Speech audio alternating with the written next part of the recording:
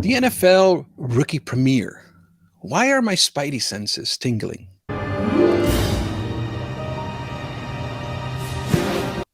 That is the topic of today's episode. You ready? Then let's do it.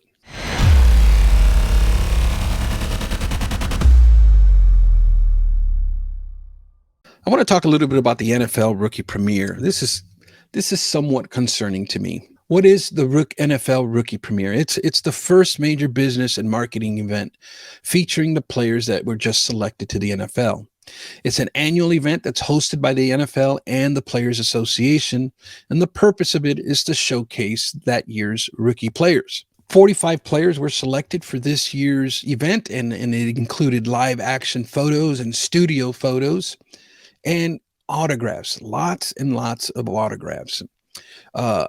Interestingly enough, only 3 defensive players were chosen, and there's 3 players, the top 3 players: Bryce Young, C.J. Stroud, and Anthony Richardson.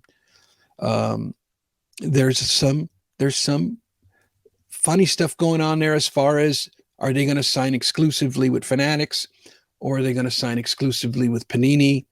There's some testimony out there by reliable sources that say there was a couple of guys, I believe it was CJ Stroud and Anthony Richardson, that they were not signing autographs out of the 45 players. Everyone else was. So that brought up a red flag, although nothing official has been released yet.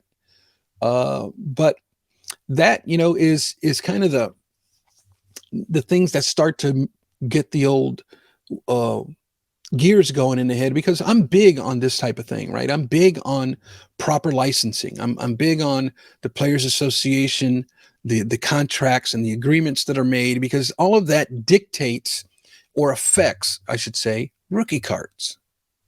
And so this part of it is really, really concerning to me. And what does this mean? What does it mean if, say, a couple of players opt to sign with Fanatics and not Panini? Well, Panini still has the license.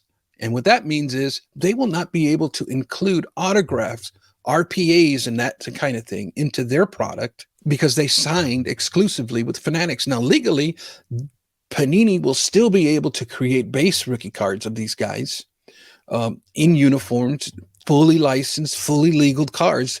But when it comes to them autographing their cards, they're not going to be able to do that, because they signed exclusive contracts with Fanatics, and that's what's going to bring a lot of, they're really strong arming Panini, and they've chosen 2 of the top picks in the draft this year, and that is just absolutely, my goodness, I've never seen this type of tactics done before.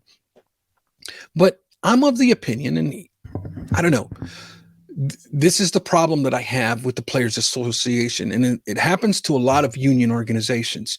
Union organizations have built this nation. It is what has been established as we have built the infrastructure of this entire nation. It is what has allowed people to earn a decent wage. When you study the history of union organizations, there was a lot of unsafe practices.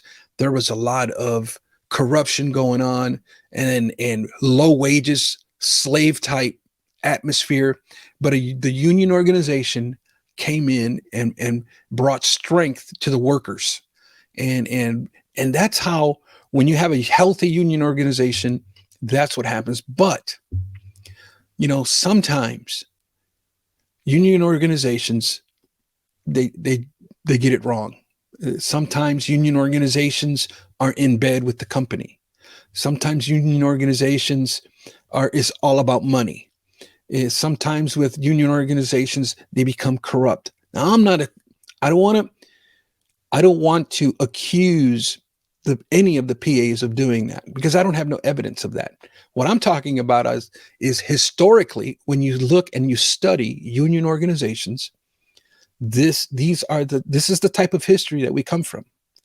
And so, but in my opinion, what's going on here, if I were the PA, I would consider nonsense, because the PA still has an agreement with the NFL and the NBA.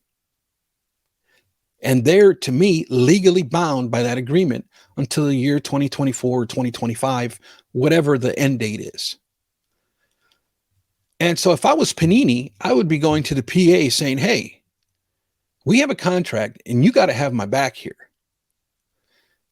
And so I'm of the opinion that the PA should be stepping in here as an as an arbitrator, right? And kind of tell Fanatics, hey man, hold on a second. We're crossing the line here. And they're the ones that should be refereeing this thing.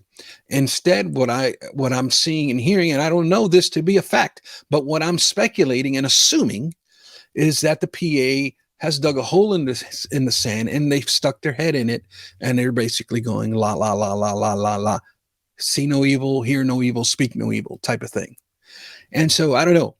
That is very concerning.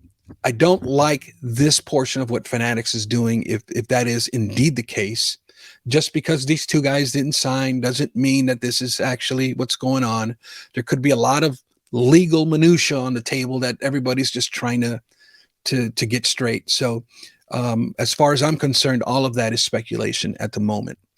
And here's kind of what I've learned my years of being either in the union or being in management, as I have a short stint in management. Here's what I see with union organizations altogether and with companies. Okay.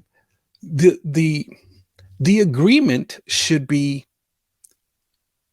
fair to both sides. And okay, so work scope changes. All right. So then we should go back to the table and make an amendment to the contract, or we completely rewrite the contract and write a new one. But at the end of the day, agreements and contracts, especially when we're dealing with a union organization, should be fair and equal to both sides. When one gets, when there's an imbalance in that, that's when things start to become messy. So what happens is if one party doesn't feel like they're being treated fairly, right? They start to break the terms of the contract. And it's one of them things, well, you've backed up an organization up against the wall and they've created this callousness of, I don't care what our contract says, we ain't doing it. And so then we get into this big legal war, right?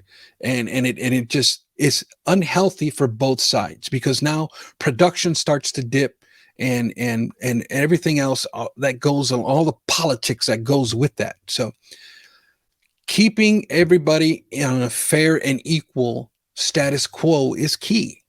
And if it's not fair, if it's too lopsided, then we need to come back to the table and come to a resolve. And that is what Panini, to me, Panini, and maybe they are, but Panini should be on the back end just blowing up the PA's phones if Fanatics indeed signed these two NFL guys to exclusive contracts. That should not be allowed, because they're still under contract with Panini.